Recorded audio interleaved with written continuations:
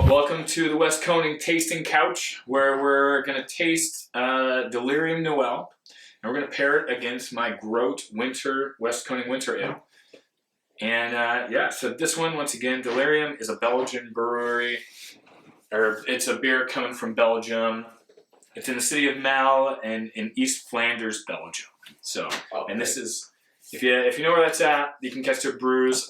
These are kind of not easily found. Delirium is not as hard as, say, West Veltran or some of the other big names, but it's also not as easy as like a Rochefort or a Chimay. So it's like in between on the rarity and how to find these. So I saw one of these and I found it and I was like, I kind of want to give it a try. So have you ever had a go at spiced winter ales? You have a good. Whoa! That was yeah. All right. That was. Do you want a towel? No, we're good. You got it? Okay. Yeah. All right. So, okay. I did not expect that. That's apparently we both jumped. Oh, I like the color. Oh, there's the head that I was trying to get from. Yeah, man, it goes. It doesn't stick around. No, either. Whew, man, that was quite an event. All right, so sorry, I have no idea where the cork ended up, but it went over there somewhere. I think it hit the ceiling.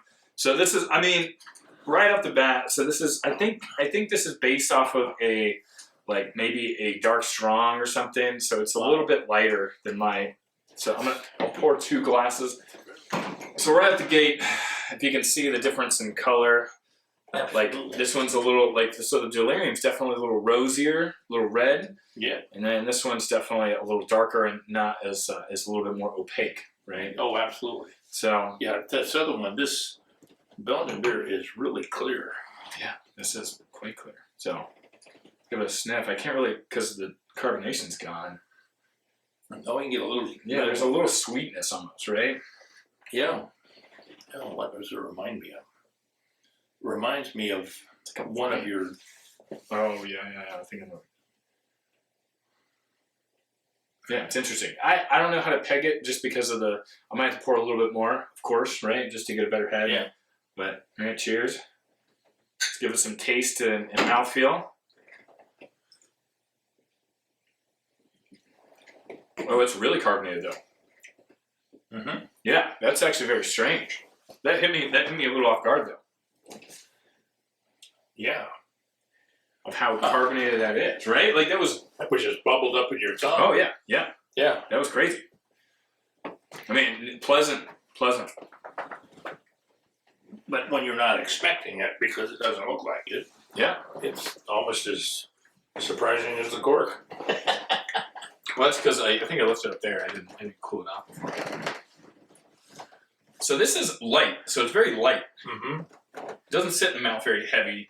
So you're looking at a traditional. This is probably kind of more of a quad or a triple. You know, a traditional triple. I think this is clocking in right around 10% alcohol. That's what it says on the bottle. Well, there you go. I can read. Yep. Numbers. So it's right around 10% alcohol.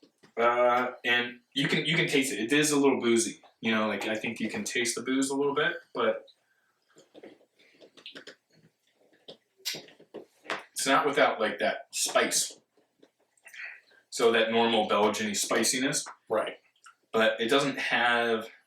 So the dried fruit, you know, like the fruitiness. There's not really sweet fruits or anything going on with this one. It's just kind of spicy, like in coriander spice or you know like that kind of spice, mm-hmm. Right? Peppery spice. So it's very interesting. Like it's not quite what I would think of a winter. Usually I think a little darker. But I guess this is a triple. This is a Belgian triple. I would imagine, but well, they probably brewed it to be a little different from everybody else's. So. Well, you know, but each one of the beers, you know, or breweries have their own little distinct. Yeah, absolutely. So what can set things apart? Mm-hmm. Not necessarily is the yeast from each brewery, but it's the water chemistry. The water chemistry leaves a lot for like mouthfeel different kind of tastes and different like saltiness. Because it's got that right away. It's got that like bite to it at the beginning, A little bit. and that's that spiciness. Like the spices right up front, and it just kind of lingers around and just fades away. And that's it's it. It's good, simple. There's not much fruitiness. There's not sweetness to it. It's very light in the mouth. Absolutely. And smooth. It's very delightful. Everything is clear. Yeah, and clean feel. Yeah. So everything Danny said, it's because he's the more educated tongue than I am on this stuff. So I wouldn't say more educated tongue, but you drank a whole lot more beers than I have. So sure, different beers. Sure. Yeah. Sure. No, this guy's a little darker, harder to see through. And this is a quad. So that's actually a triple. I didn't know that was a triple. So that was on me, but it's still the winter ale triple. So that's why it's a little lighter colored. This one's more of a quad, darkness. And what gives the darkness, or the quad versus the triple? Usually the type of sugars. So Belgian beers, you add dark candy syrup to it at the end. So and that adds a little bit of the dried fruit flavor, but it also adds a lot of the darkness to this beer. And usually you get it. There's another grain. It's called Special B. That's usually in these recipes as well. And Special B is pretty dark. And all you need is probably a handful of grain in that 12 pound or 14, 18 pound, whatever grain bill that I have. I'm making a quad eventually next couple weeks. But the idea is that a handful of those grains make darkness as well. They make it a little dark. But then the candy sugar really just drives it home, is the darkened candy sugar. Well, this one I used 90 Lovibond, or the 90 candy sugar, but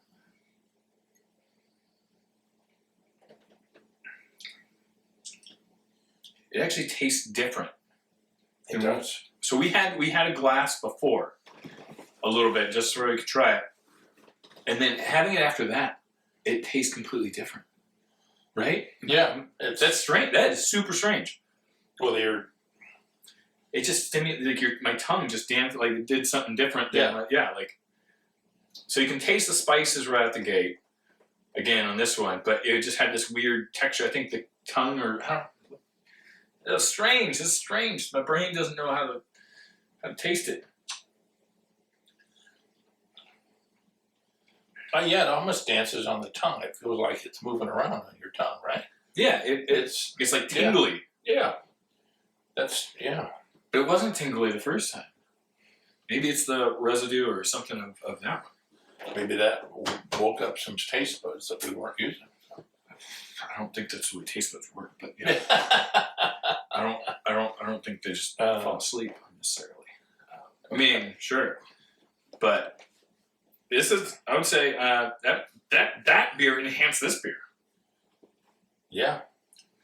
Actually, but this has, you can taste a little bit more the darker fruits, like the dark cherry or dates kind of flavoring, right? The sweetness of the dates, and you can kind of get that that's showing through pretty good with this one.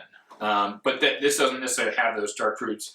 And so that's the difference between a triple and a quad usually. The triple is just kind of more grainy. Well, not really grainy, but it has, it's still kind of sweet, but high alcohol, and it doesn't necessarily have the darker flavors that usually come through in a quad. But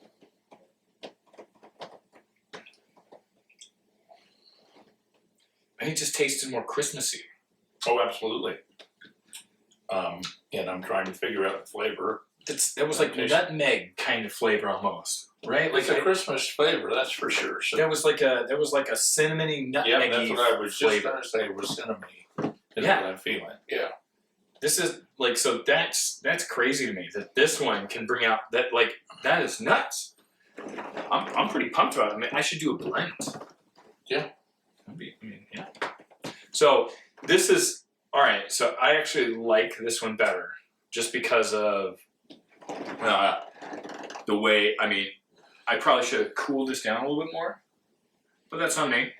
But yeah, I would say that this one, the Delirium, is good, but I do like a quad style better than a triple in the sense. So it's hard to pair them up. But if we're going right as Christmas ales, which one would you rather? I would rather have this one because of the flavors. I can really tell what they are.